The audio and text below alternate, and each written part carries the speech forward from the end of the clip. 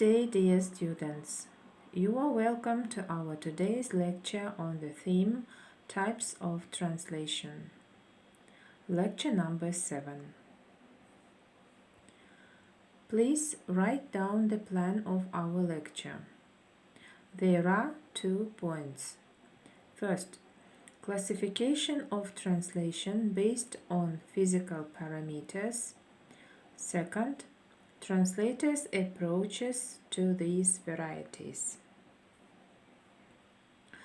Generally speaking, all translation varieties have much in common. Similar approaches, similar translation means and devices. According to physical parameters of translation process, however, translation is divided into written or simply translation and oral or interpretation. Interpretation in its turn is traditionally divided into consecutive and simultaneous interpretation. Charcotic and sight interpretation are commonly regarded as alternative of consecutive interpretation despite minor differences in physical procedures. Written translation is also divided into several subcategories depending on the genre of the text being translated, such as literary translation, fiction, poetry, and publicistic texts, and translation of official documents. According to physical parameters, translation is divided into 2 types: interpretation and translation.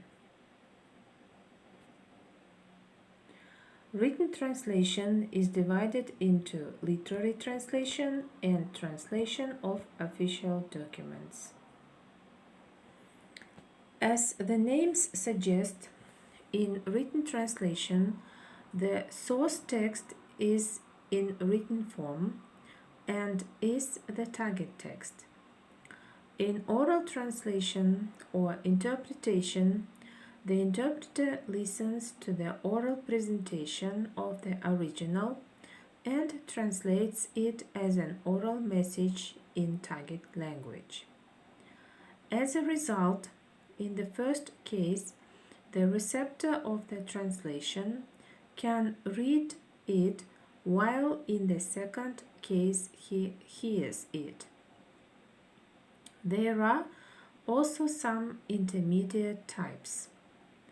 The interpreter rendering his translation by word of mouth may have the text of the original in front of him and translate it at sight. A written translation can be made of the original recorded on the magnetic tape that can be replayed as many times as is necessary for the translator to grasp the original meaning. The translator can dictate his at-sight translation of a written text to the typist or a shorthand writer, with target text getting the translation in written form. Interpretation is divided into consecutive and simultaneous, and consecutive interpretation itself is divided into Charcotic and sight interpretation. Translators' approaches. Transformational approach. It is small and regular syntactical semantic fragments of sentences. Denotative approach, large text fragments. There are 2 main kinds of oral translation: consecutive and simultaneous. In consecutive translation, the translating starts after the original speech or some parts of it has been completed. Here, the interpreter strategy and the final results depend to a great extent on the length and the segment to be translated. If the segment is just a sentence or two, the interpreter closely follows the original speech. As often as not, however, the interpreter is expected to translate a long speech which has lasted for scores of minutes or even longer. In this case, he has to remember a great number of messages and keep them in mind until he begins his translation. To make this possible, the interpreter has to take notes of the original messages, various systems of notation having been suggested for the purpose. The study of and practice in such notation is the integral part of the interpreter's training, as are special exercises to develop his memory. Sometimes the interpreter is set a time limit to give his rendering, which means that he will have to reduce his translation considerably, selecting the reproducing the most important parts of the original and dispensing with the rest. This implies the ability to make a judgment on a relative value of various messages and to generalize or compress the received information. The interpreter must obviously be a good and quick-witted thinker. In simultaneous interpretation, the interpreter is supposed to be able to give his translation while the speaker is uttering the original message. This can be achieved with a special radio or telephone type equipment. The interpreter receives the original speech through his earphones and simultaneously talks into the microphone, which transmits his translation to the listeners. This type of translation involves a number of psycholinguistic problems, both of theoretical and practical nature. In consecutive interpretation, the interpretation follows the source utterance, whereas the simultaneous interpretation is performed simultaneously with the original speech. This time lag of the interpreter relative to the speaker is the main distinction of consecutive interpretation, which determines the peculiarities of the approach and translation devices used by the interpreter. Consecutive interpreter generally prefers denotative approach since it is virtually impossible to memorize. And simultaneous interpreter is bound to keep to transformational approach, interpreting the source text by small fragments.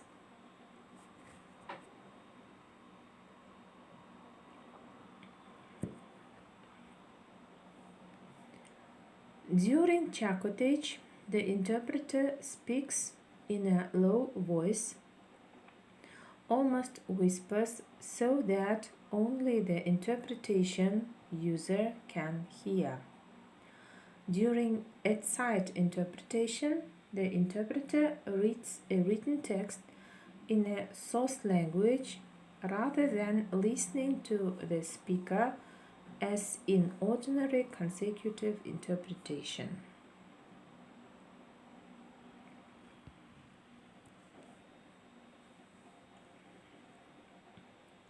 In a similar way, almost zero time lack of the interpreter during simultaneous interpretation is critical for the choice of translation devices and approaches, as well as determines the necessity of using special equipment for interpretation.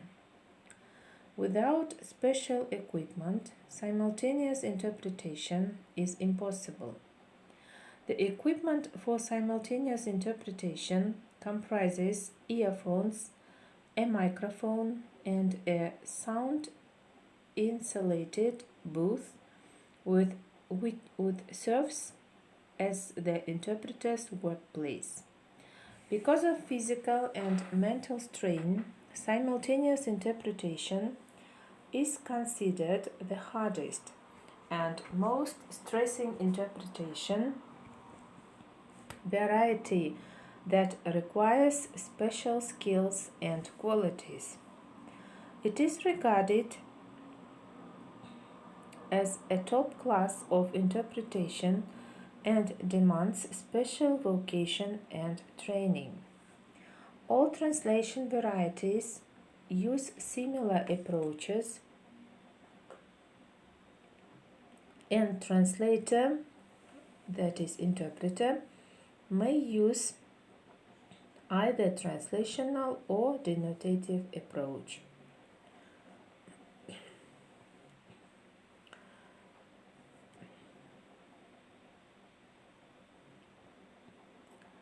According to the transformational approach, translation or interpretation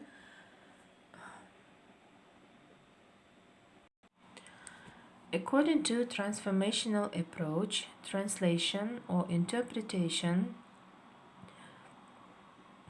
is performed by relatively small and regular syntactical semantic fragments of the source sentences, whereas the denotative approach is based on a larger text fragments, at least a sentence, with occasional equivalents. Peculiarities of translation types. Translator uses dictionaries, reference materials, no specific time limits, and can self-edit, and interpreter is self-independent. He has no outside help.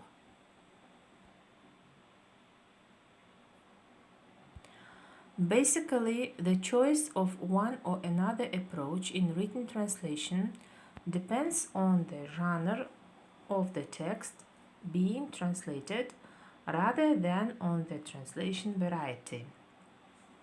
In interpretation practice, however, there are two instances when the choice of approach is determined by the working environment.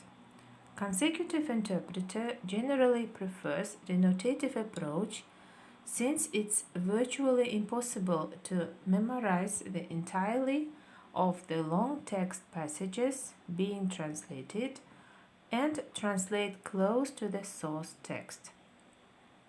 Simultaneous interpreter is bound to keep to transformational approach, interpreting the source text by small fragments.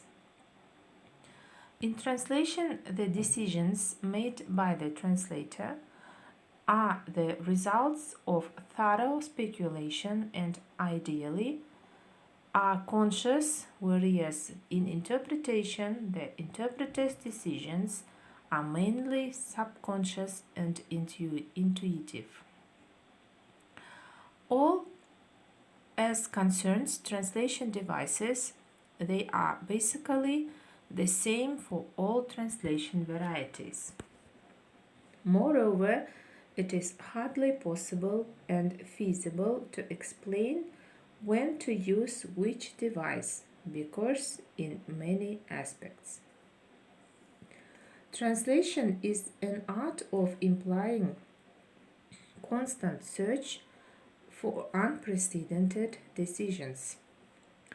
Charcotic and its site interpretation are the two specific alternatives of consecutive interpretation proper.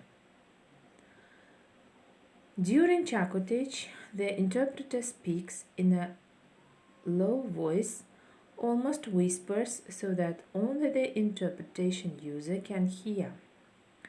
This interpretation alternative is rather hard for the interpreter, who has to control the pitch of his or her voice.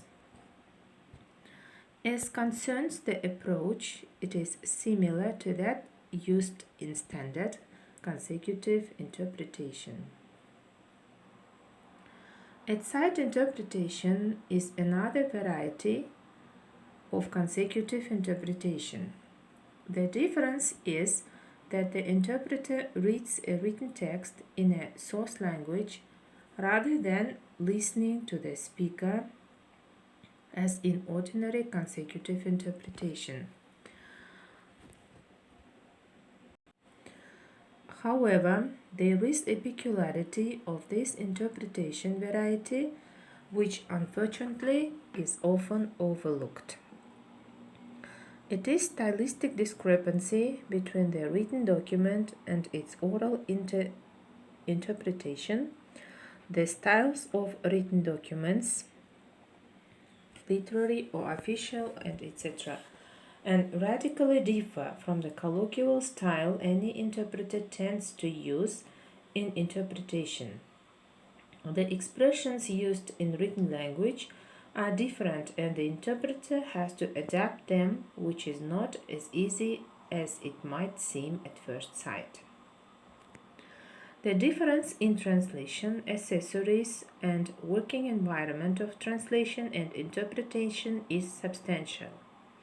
A translator has at hand dictionaries and reference materials, as a rule, observes no specific time limits for the work. Translation may be self-edited and redone if so required. An interpreter is entirely self-independent and cannot rely on any outside help.